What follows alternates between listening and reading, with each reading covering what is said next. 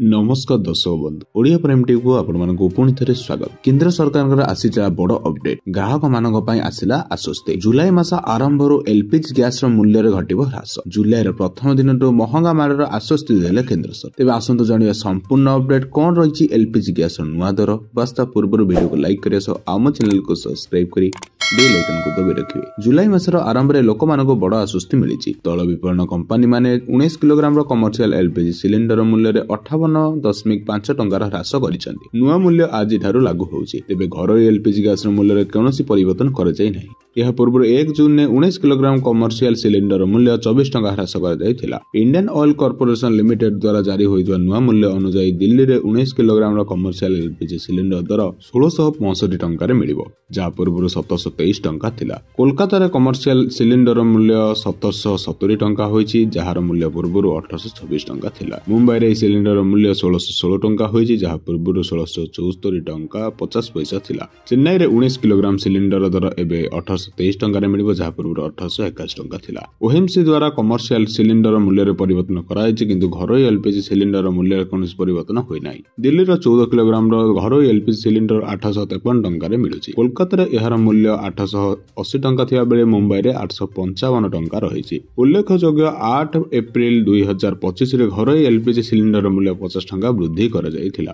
तेबे एहा थिला आजिर एलपीजी दर को नै लेटेस्ट अपडेट। तेबे एपरि खबर प्रथमे जानिया पई आम चैनल संगे जोड़ी होई रुहंतु। धन्यवाद।